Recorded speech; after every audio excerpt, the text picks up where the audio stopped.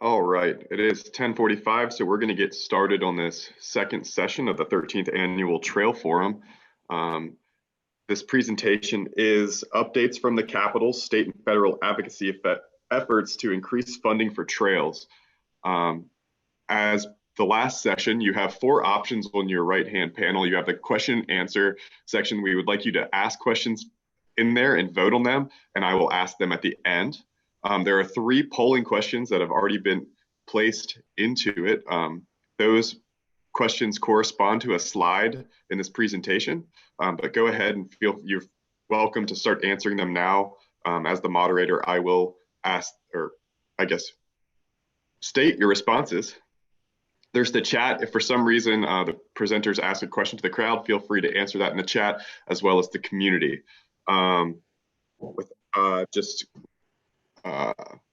A reminder to keep your video and audio off, or mic off. And without further ado, we'll get started. I'd like to welcome Palmer McIntyre, who is the conservation planner for the Piedmont Land Conservancy and the Piedmont Legacy Trails, and Sarah Sanford, who is the North Carolina and Virginia coordinator for the East Coast Greenway Alliance. Thank you, Will, for that introduction. Sarah and I are really excited to be here today giving this presentation. There's just so much momentum right now with trails, with all the new projects coming online. And hearing that impressive update from Brett this morning was very exciting. There's projects like that all across the state. There's so many more people engaging with trails in new ways, new places. So all of this is great. There's a lot of momentum. So we're excited today to talk about some emerging activities related to advocacy for more trail funding across the state and also at the federal level. So thanks for joining us today, and we will go ahead and get started. So an outline of what the presentation will cover. We're going to just talk about advocacy, what the current state of funding is for trails in our state, what our goals are and how we think we can get there. And then what are some specific things going on in the state of North Carolina and at the federal level. And then we'll push back to the local level and see what kinds of things we can do there. And then looking ahead to, what's next and moving forward. So first, I want to start by just looking at this word advocacy.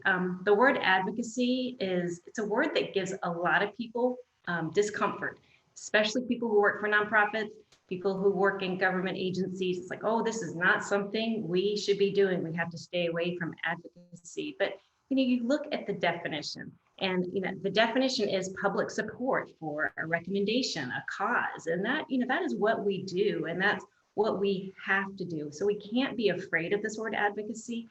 It's the story we need to tell to the world about why trails are so important to our communities. It's, we have to make the case for trails. And so it's simply what we have to do to get the support we need to create more trails and to maintain the existing trails.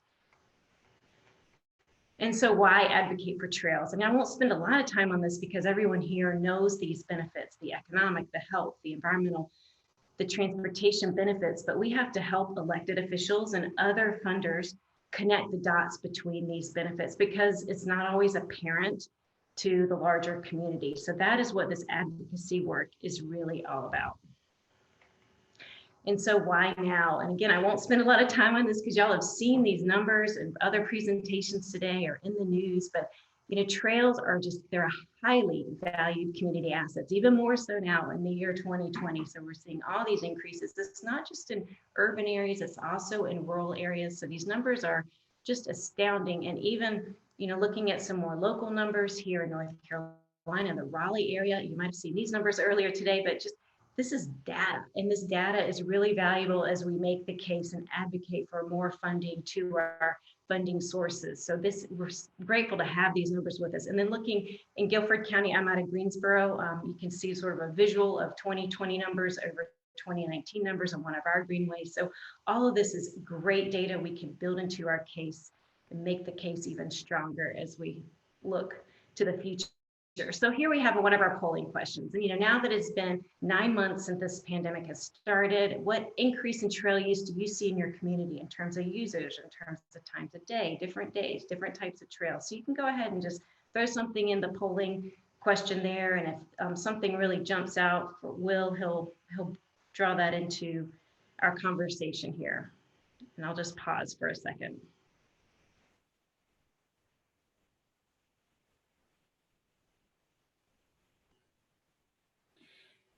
And maybe I'll keep moving, and then Will, maybe towards the end of the presentation, if there was something that jumped out, you can draw that in.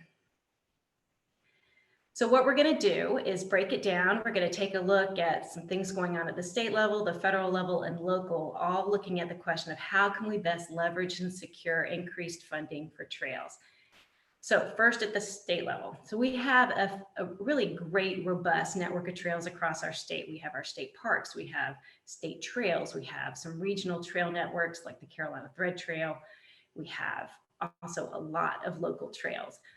All those trails have been funded a number of different ways. Currently, what we have in North Carolina is NCDOT funding through the Strategic Transportation Prioritization Process and some state planning and research funds. We have recreational trails program funds. We have parks and recreation trust funds. Some of that can be used for trails, but it also funds different types of park amenities. The Land and Water Conservation Fund is another source that can go towards trails. And then there's some other sources, bonds and some other things. But all of these state programs are all federal pass-through funds. So currently, right now in the state of North Carolina, there is no dedicated source of state funding for trails. And I think that's a really important statement to make. So the goal of the advocacy work that we're telling you about today is to secure sustained and dedicated state funding for trails, because there is none. And we really want our elected officials, the General Assembly, to recognize trails as vital elements in our communities for quality of life, for public health, for safe transportation, all these things, so that trails are regional and statewide infrastructure of critical importance. But that is what this is all about. And just taking a look at this great chart, I'll give credit to Alton Stewart for coming up with this in their Great Trails state planning process, pure state trail funding. And look where North Carolina is. We are right at the bottom of the list. So these are states that are our peers. They're similar to us in a lot of ways. And we are right now dedicating less than 10 cents on bike ped projects per person. And so what we would like to see ourselves rise a little bit higher on this list. So I think, again, this is very powerful data to make the case that we could be doing more because all these other states are doing more. So just looking at a couple of examples that we would like to share, state of Florida and the state of New York. The state of Florida has an office, a state office of greenways and trails. They have a state plan for trails and greenways and paddle trails. And since 2015, the state legislature has appropriated $25 million annually to implement these projects on their plans. They are committed, they're dedicated, they have an office that coordinates all of these activities.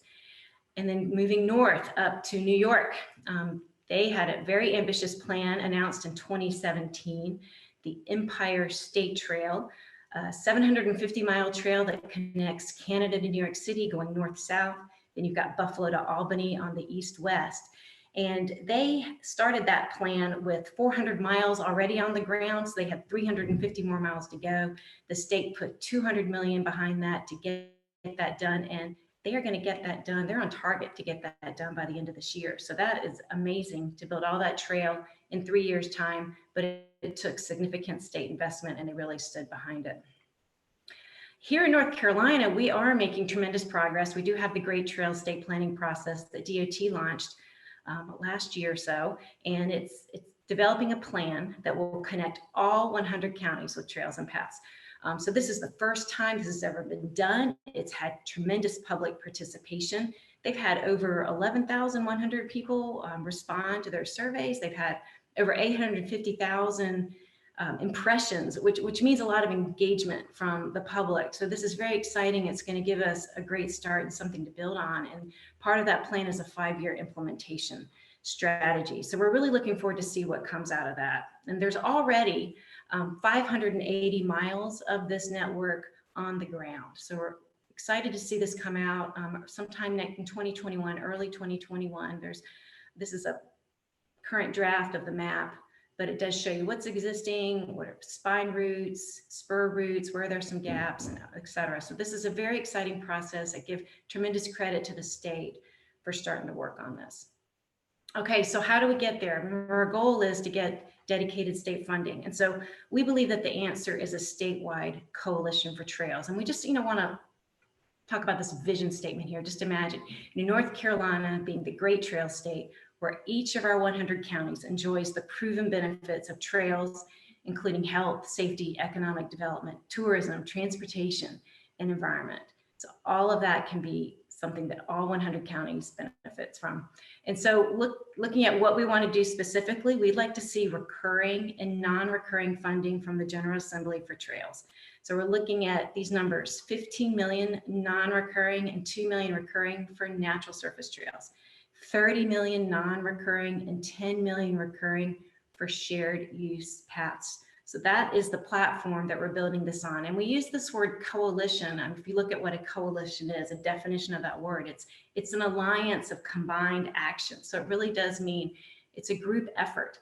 So one of our first strategies is to build this broad-based coalition. And there are so many trail user groups out there, a lot of trail builders, trail managers, trail advocates. All these folks could come around to rally behind this message. And one of the big things we want to do is to designate 2023 as Year of the Trail. So just think what this could mean for trails across our state. We have this whole year dedicated to trails. It's promoted in all the different ways. So you promote trails, you brand trails, you highlight trails, you do special programs and activities on trails just to connect people more with trails and show their value in a showcase celebration of trails. So we're really looking forward to that. Building on NCDOT's Great Trails State Plan, like I said, is going to be released next year. And then part of this process is going local and getting resolutions of support from boards of county commissioners in all 100 counties. And some of this work has already been done by Triangle Trails Initiative, Carolina Thread Trail, and Piedmont Legacy Trail. So there's already support out there. We're just building it more. And then communicating the messages directly to elected officials. So this is that education campaign, that advocacy piece that focuses on the benefits of trails. We have a list of executable trail projects that can be ready to go, built within a few years' time, that could provide lasting and sustainable infrastructure in communities. And then to keep all this work sustainable into the future, part of the strategy is to establish a legislative trails caucus within the General Assembly. So there's been a lot of progress to date. There's been some outreach and overtures to elected officials, and all these groups have indicated an interest to sign on to these efforts. So we want to grow this list and broaden this list and get more folks added in. And then if you look at the regional initiatives already in place across the state, we cover a lot of the 100 counties already. So you have the Carolina Thread Trail region, you have the Piedmont Legacy Trails region up in the Triad area, and the Triangle, you have the Triangle Trails Initiative. The East Coast Greenway Alliance covers a lot of eastern North Carolina. Of course, you've got the Mountains to Sea Trail that goes all the way across the state. So we have all of this infrastructure in place that touches on most of the counties already. So let's capitalize on that and build on that. And then one last thing at the state level at this point was the CARES Act fund that came down from the federal government. The governor's budget did have a higher amount in that for trails, but where we settled was at 2.1 million, and it was all for state parks and trails. But it is giving our state parks department a tremendous boost to be able to invest in some new trail equipment and make some improvements on trails and some other COVID-related park enhancements. So that is a picture of where we are in our state and where we want to go today. And I'm going to turn it over to Sarah to talk about some things going on at the federal level. Thanks, Palmer, and good morning, everybody. As Palmer mentioned, I'm going to cover some of our federal advocacy efforts. So let's get started with that. If you go to the next slide, there we go. So the big win this year before the election happened was the passing of the Great American Outdoors Act, which I'm sure a lot of you know about at this point. Of course, it ensures full funding for the Land and Water Conservation Fund, but it also supports deferred maintenance and provides funding for land acquisition that can go towards building trails. And this funding isn't just on federal land. There is a stateside program as well, and there's funding for all different types of land outside of federal land. So that was I would say, we're going to talk about a few big successes. That's our first one. Our next one, if we go to the next slide, is the FAST Act. So Fixing America's Surface Transportation Act. So this is something else that happened before we had all the big changes of the election, which was Congress extended the FAST Act until fall of 2021. And so I should clarify too that FAST Act is more important traditionally for the paved trails, of course, not so much single track hiking trails. So this is more shared use paths oriented. So Congress did extend the FAST Act to expire in September of 2021, which is good. But then there's also the question mark left of what happens in September of 2021 when the FAST Act expires. So we'll get more to that in a minute, but for now, we do have it extended for the next year or so. Next slide. Okay, and so we've made progress with, of course, first was Great American Outdoors Act, 2, extension of the FAST Act, and 3, what should be next is what we are calling for is a Greenway Stimulus. So this is an effort that my organization, the East Coast Greenway Alliance, is spearheading, asking for further investments through an infrastructure stimulus. So this is a call on Congress for a visionary infrastructure investment in trails and greenways, a call to focus on a people-centered transportation network. So most folks know that Congress did make a big investment in transit earlier in 2020 after the start of the pandemic. So this is a similar call for greenways and trails specifically. And of course, we all know here the return on investment for trails is huge and it creates a lot of jobs. You can see here, 170,000 US jobs could be created. And these are good paying, family supporting jobs. So this letter to Congress, we've been working on this for several months now. It started shortly after the COVID-19 pandemic started. And I do want to say a huge thank you to all the organizations who signed on to the Greenway Stimulus letter that went to Congress earlier this year. So many of the organizations in the greenways and trails world who signed on are A, here in North Carolina, and B, at this conference today. So a big thank you to everyone who signed on. And we are feeling hopeful about this going forward. So to kind of sum up that part, we had Great American Outdoors Act, FAST Act extended. Next should be Greenway Stimulus. So where do we stand right now in terms of federal funding for transportation and local needs? So the truth is, in North Carolina, especially right now, federal funding is stretched due to a variety of different reasons.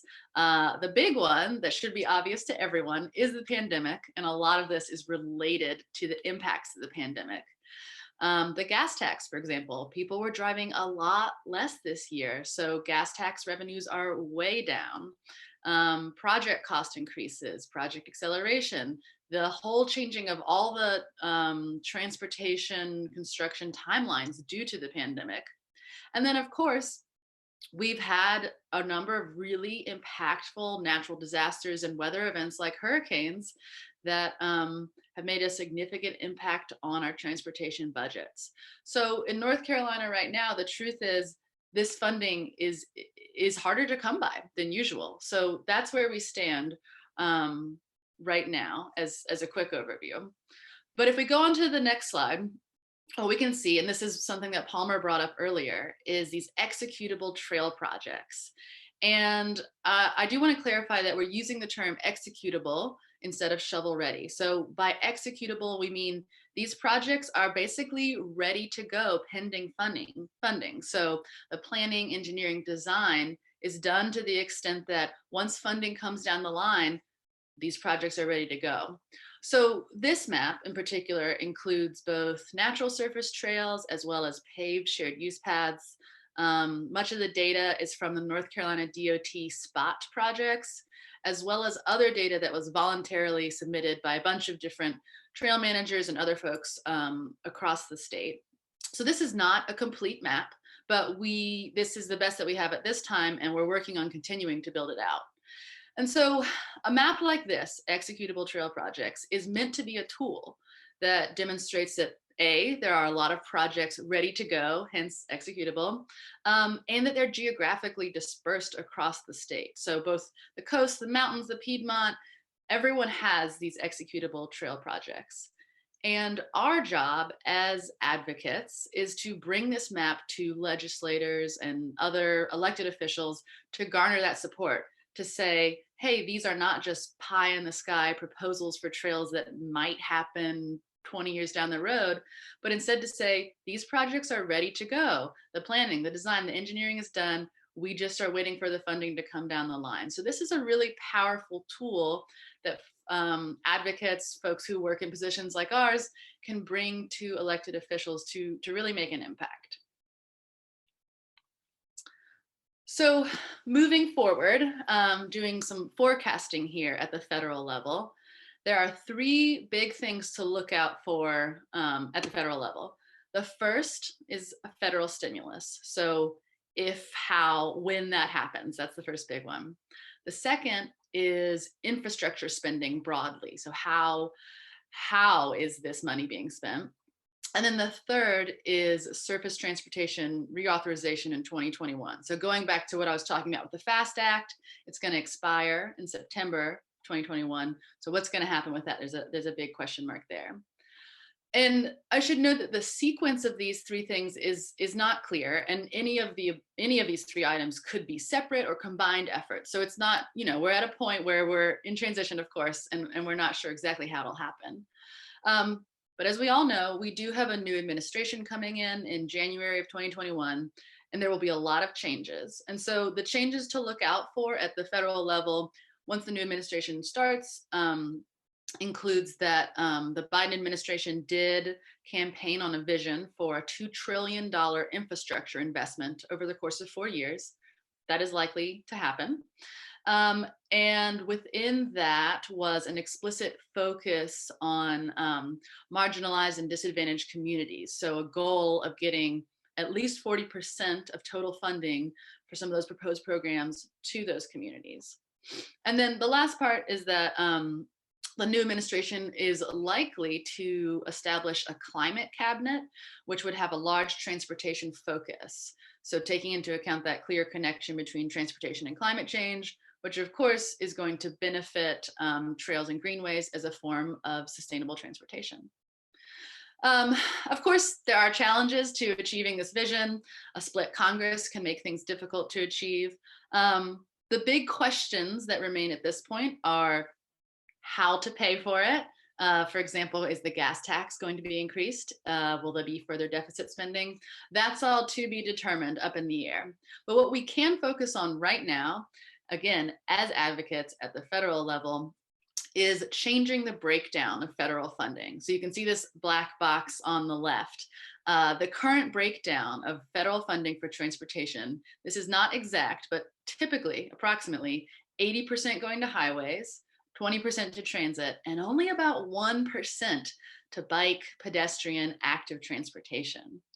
And so what we need to focus on is changing that breakdown to a more equitable split. So perhaps, again, this is an estimate, but let's aim for 50% to highways, 30% to transit, 20% to bike, ped, and active transportation. And of course, during COVID, we're seeing that people are using greenways and trails as a way to get around, and they are not driving their cars as much. And so what we have to do is make sure that our elected officials are responding to the needs of our communities. So I will wrap up that part there by saying this is what we should look for, and what we should advocate for is what's on the left, is changing that breakdown. Okay, so now we're going to switch back and go local. Local advocacy efforts. And all politics are local. Is that what they say? The longtime phrase. So we do have the ability to influence and make change significantly at the local level. And then where do you start? You have to find the right decision makers in your community, engage with the most effective messaging, but also use local trail and greenway plans. There's been a lot of planning done. There's lots of great plans on the books, and we can back these up with all the local support. efforts. So I do want to invite at this time a special guest. We have Mary Joan Pugh, who is the volunteer Randolph County Trails Coordinator, and she is going to speak on behalf of a county commissioner who I had invited to speak, but she was unable to be here with us today due to a family death. But Mary Joan is going to share from her perspective about what it's like or what's effective when engaging with local elected officials. So Mary Joan, I'll invite you to speak up now. Thank you, Palmer. I'm glad to be with you all. I'm glad to be in this session. I always enjoy the Carolina Thread Trail Forum. Just to give a little background, Randolph County does not have a Parks and Recreation Department. They don't have a trail coordinator except for me now. And they've always depended on the 7 to 8 municipalities to do all the parks and recreation and the trails. And they've pretty much stayed out of it except providing a county master plan and that kind of thing.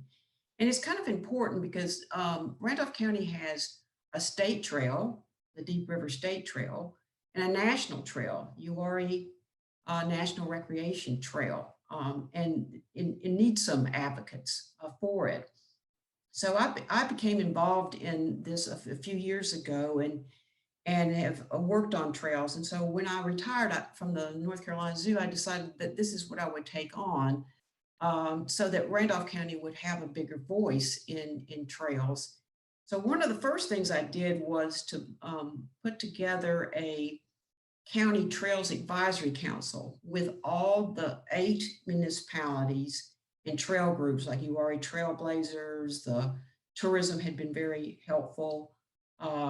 Tourism Board had been very helpful in getting the state trail designated and some other things, and the chamber and the Wellness Coalition, just several different groups. And I met with each one of them and put together a plan, and then we started meeting. The notes don't just go out to the people designated by the mayors and the managers, but they go out to the mayors and the managers. So they know what's happening with trails. And so that was very important. Probably the most important one was to establish someone at the county level, since the county seemed not to want to be too involved in all this. And so Hope Haywood was the county commissioner became a county commissioner in 2018. And I knew her from both of us have sons that were in the Scouts and did a lot of hiking, and we knew each other pretty well. And so we worked together. So I engaged her, and the first thing I did was to take her out on trails.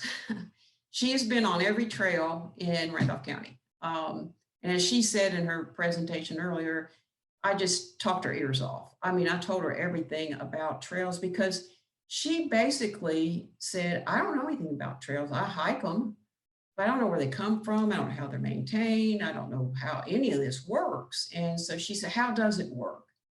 One of the things, the roles that I think that the county should be playing, since they don't want to really be involved as far as a recreation, a parks and recreation plan or a trail plan, is for them to assist the municipalities. And the way they can do this is, for example, on the Deep River State Trail, it's 3 municipalities. They're very, very small. And one of the problems that they've had is when they do get a trail grant, they have a hard time with the reimbursable part of it. They don't have that kind of cash flow. And so that's one of the things the county can do is administer the grant and apply for it, administer it in some cases. And also perhaps throw in some money.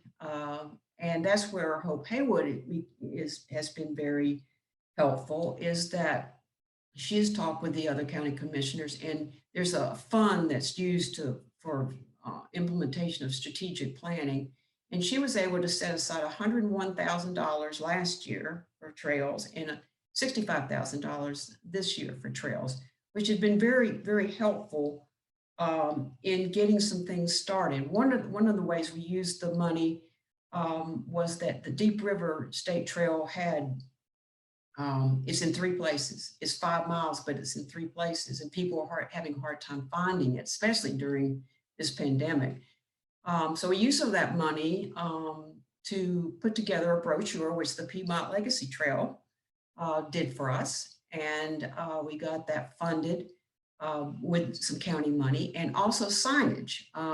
We've worked really closely with Smith Rayner, and I don't know what we do without her. And we were able to choose the logo for the Deep River State Trail and it be approved by state parks. So we went into doing signage, and the city of Asheboro had the wherewithal and the expertise, and so they coordinated that. So we used that money and we put together the signage and the brochure. So we had a celebration at all 3 spots, and all 3 of our state legislators and 2 of our county commissioners attended. And now they've had experience because they've been out on the trail. They've seen what it looks like. They've seen the economic development potential. They see the health and wellness. They see the actually just recreational beauty of that. So that's been very helpful in those 2 things, providing a little bit of money and also helping the municipalities get grants and so forth. Another thing we've done just recently, well, we've done it for like 10 years, but we have a mayor's fitness challenge. And it used to be just Asheboro centered. And this year and last year, we had 7 mayors sponsor Saturday walks in their parks.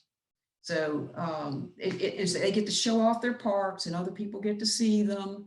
And it really brings about awareness and just, kind of rallying around what we do have. But what Hope Haywood said, I thought was very, very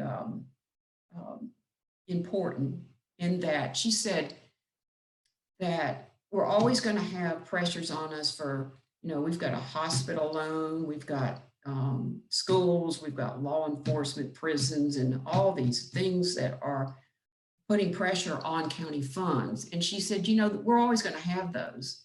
We need to carve out some money for trails. And what a great investment it is. And so that's what I think you need to do. Number one is go find somebody who will be an advocate for you and get them out on trails. And always have something going on and some kind of news going on or some kind of event to keep it upper profile in their minds.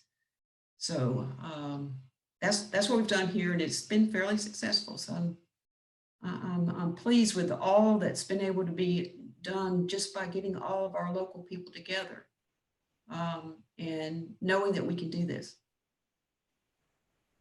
Thank you, Mary Jane, and just have to really commend you for what you've done, because what started with a simple invitation of taking someone out on a trail has really developed into this tremendously effective network and community, and these local funds are going to help leverage some funds from other places. So it really is, it's so vitally important, the relationships that you've built with your elected officials, and it's something we can all do in our local communities to further projects. So thank you for all you do, and thank you for sharing your story so we can all learn from it.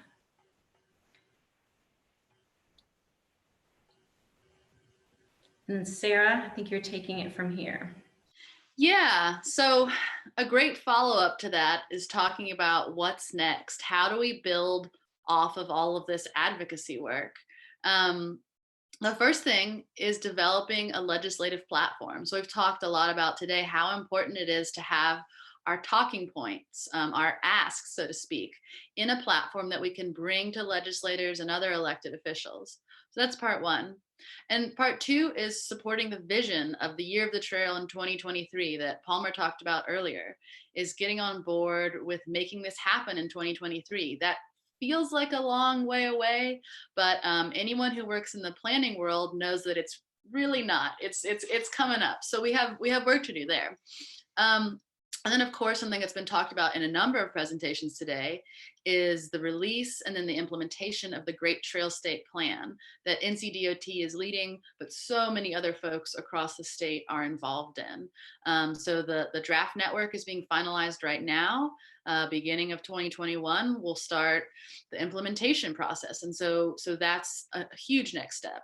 And then, of course, organizational sign-ons. So if you work for an organization that manages, builds, maintains, promotes trails in any way, it's important to get your organization on board with these advocacy efforts going forward. And last but not least is, as Mary Joan just did a great job of providing an example of, commit to reaching out to local elected officials. And I think what Mary Joan said about getting elected officials physically out on the trails, whether it's a walk, a hike, a bike ride, even just a quick site visit to check it out and look at it makes a huge difference. And if you can't do that, which of course sometimes happens, especially during COVID, is writing or calling and saying, this is the impact this trail has had on our community. Look at this return on investment. You can use the legislative platform to do that. And getting the local officials invested and feeling like they have a personal investment in what's going on. So that's what's next. And we wanted to kind of wrap up here by involving you all in this conversation, because I know that between everyone who's here right now, there's an incredible amount of expertise. So we have a couple poll questions, which we encourage you to answer in the poll function. The first of which is, what other organizations or businesses need to be involved in regional or state advocacy efforts? So we've mentioned several in our presentation, but of course, there's other ones we didn't have the chance to mention or that we might not have even thought about. And then the second question is listing ideas you have for this year of the trail in 2023. So events, programming, community engagement, getting elected officials involved. So whether that's in your specific community, in your region, or statewide, we want to hear what ideas you have. So feel free to put that all in those poll questions. You can just type it in. And then Palmer, did you want to cover this last one that we have posted on the discussion board? Sure. Yeah, I hope I did this right. I think it's more of like a mess on the message board, but it was just a broad question of, any input you have for this idea of building a statewide coalitions. We'd love to hear it. And also I'd like to just acknowledge folks who have been involved in this work up to this point. And so there's been some folks involved with state trails who've been very active. Sarah, of course, with the East Coast Greenway Alliance, Brett with the Carolina Thread Trail, us at the Piedmont Legacy Trails, and the Triangle Trails Initiative folks are getting involved. And we've had some other folks involved too. Ayanna Thomas has been a great resource.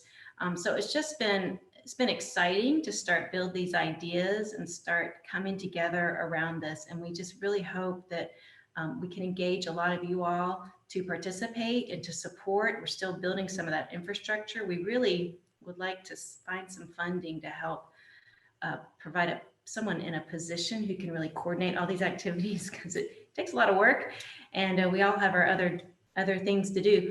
But we're excited about the vision, excited about the possibilities that we can achieve, and we don't know where the budgets are going to land in the next couple of years, but we can make the case. And so as decisions are made, we can really try and get trails in the forefront and have people acknowledge how vital they are. We have the data to show it. So with all the return on investment data that ITRI has at the state level that they've done the studies, we have the use data from this year. So there's a lot of really good resources we can put together to demonstrate the importance of this work and the importance of the investment in this work. So I guess at this point, we can really open it up to questions. And I will ask you if you've seen anything in the questions chat box. Perfect. Thank you guys so much. If you want me to go over some of the polls right now, the initial question in the poll was, now that it's been 9+ months since COVID-19 pandemic began, what increase in trail use do you see? And the trending answer is just an increased usage. And I have seen that myself. For what other organizations or businesses need to be involved in regional state advocacy efforts, we have health alliances or health-centered organizations, tourism development authorities, Black folk camps, outdoor recreation manufacturers, farm to feed, and energy corporations. For the ideas for the year of the trail 2023, we have highlighting trail experiences from every region, tell stories how trails benefit communities. We have challenged each trail organization to plan a trail celebration in 2023 with a central clearinghouse and art pieces in towns dedicated to local trails. And I know that the Carolina Thread Trail will have the biggest National Trails Day festival that we've ever had. So if we want to go on to the question and answer section, I'm going to start out with the questions that have the most votes. So the first question is, how much traction/interest has the push for Greenway Stimulus garnered from federal legislatures? That's a great question. So that's what we at the East Coast Greenway Alliance have been working on the past few months, is all of this federal engagement. So what's interesting is that it has varied by region. So I can say that some of my colleagues in the Northeast have had a little bit easier time gaining traction than some of us in the Southeast. Various reasons for that, but in many cases, the system of greenways and trails in certain areas is already just so developed and so in place that it's obvious to many of the elected officials. This is great. This is what we need. We need more of this. And in areas that have less developed greenways and trail systems, it's not always as obvious. And so sometimes that can be a bit of a challenge, is making clear the benefits of trails and greenways and making it clear why we need to invest more in them. And it makes sense when you don't have something yet, you don't know how much it can benefit you. So that being said, we have made good progress in Virginia, North Carolina, South Carolina, going all the way down to Florida and across the country as well, in really gaining traction. I think what it took was a lot of the graphs that you saw in this presentation today and some other ones that show those trail use increases during COVID, that show, okay, sometimes there's twice or even triple the amount of people using these trails during this pandemic, and the fact that it's a huge community resource. When we started showing those graphs to legislators, because legislators love graphs, whether or not they're math science people, they love graphs. That's what made the difference, and that's what's really gaining the traction. And so I encourage everyone to do that in your work, is take those graphs that show, okay, there's a 200% or 300% increase in the amount of people using these trails. Obviously, this is a community resource that we need to invest in.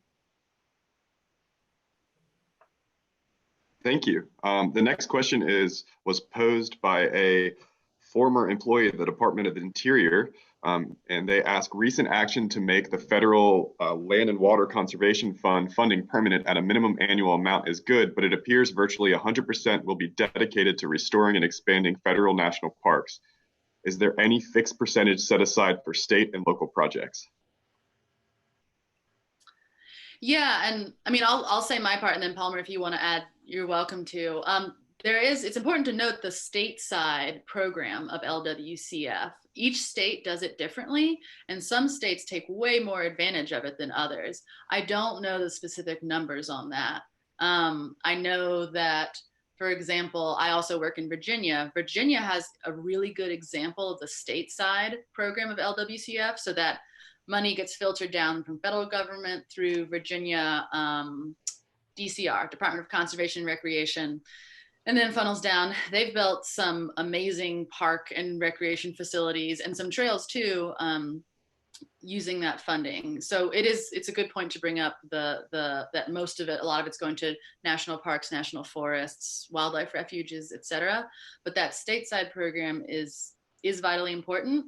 I think it's not as well recognized because the states do it so wildly differently. But that's something that's easily Googleable if you want to look up how the different states do it. And I don't have anything to add to that. Sarah, thanks for jumping in on that question.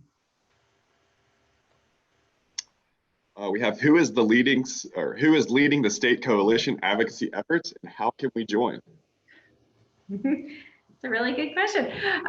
So this loose network of folks I acknowledged a few minutes ago is really who's behind it at this point. And we are loose. We are just getting organized. And so we are developing some of that infrastructure about getting other groups to sign on and get involved. So I guess the best thing is to know who you are if you want to get involved, and maybe we can figure out a way through the trail forum to collect that information. So if you, I don't know, Will, maybe I'll look to you for this, but if someone is interested in getting involved and getting that information back to us, we'd love to hear it.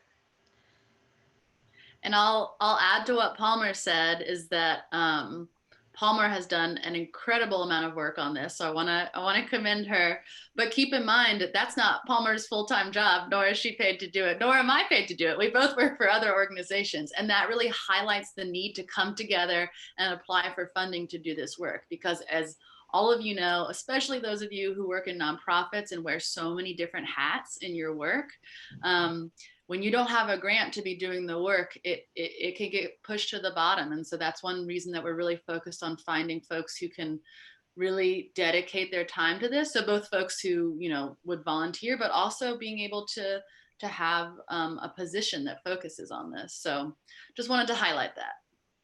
And yeah, and we'll report out. Well, we need to find our mechanisms for sharing information. Part of that's going to be through a website. We'll probably need to look at some regional groups to help with the more local relationships with legislators. We'll also be building a website for the Year of the Trail, and that will be a whole separate process, and have a planning committee for that. So there's going to be a lot of opportunities for engagement, but we do have some real efforts that we're going to put into place for this coming General Assembly session starting in January. So that clock is ticking, and those things are being put into motion now.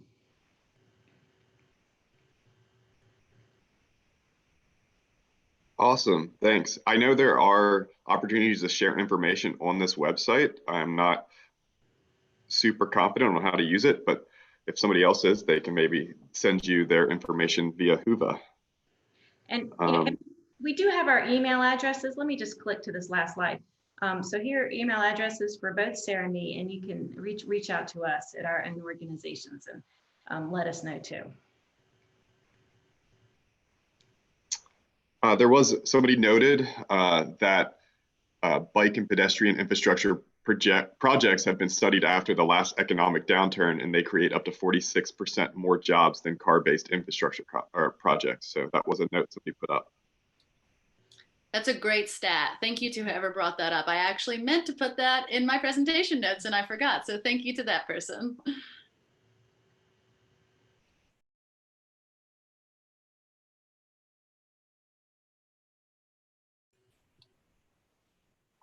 That is all the questions so far. I'm going to see if there's anything else on our forums. And while Will's checking, we'll just say, again, a really big thank you to everyone who submitted questions and feedback and suggestions and everything. Palmer and I were really excited to be able to present here specifically today with timing coinciding of our efforts coalescing and coming together, being able to harness all of the expertise and experience in this group is really incredible for us too. So thank you to everyone who's been participating.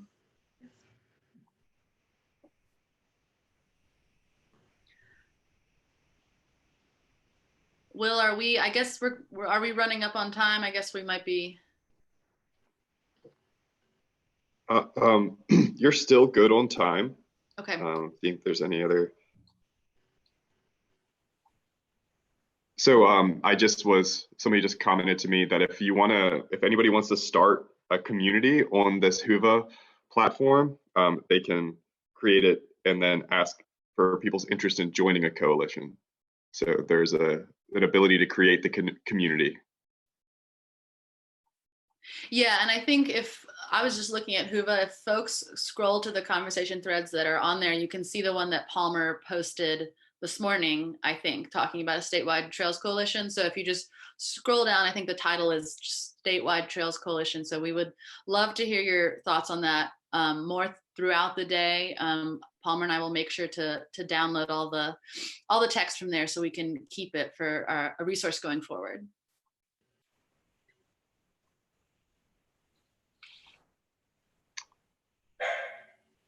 Awesome. Well, thank you, Palmer and Sarah. And we look forward to learning more. And I hope everybody enjoyed the presentation, and make sure you guys stick around for the keynote later. Thank you. Thank you, everybody. Thank you so much.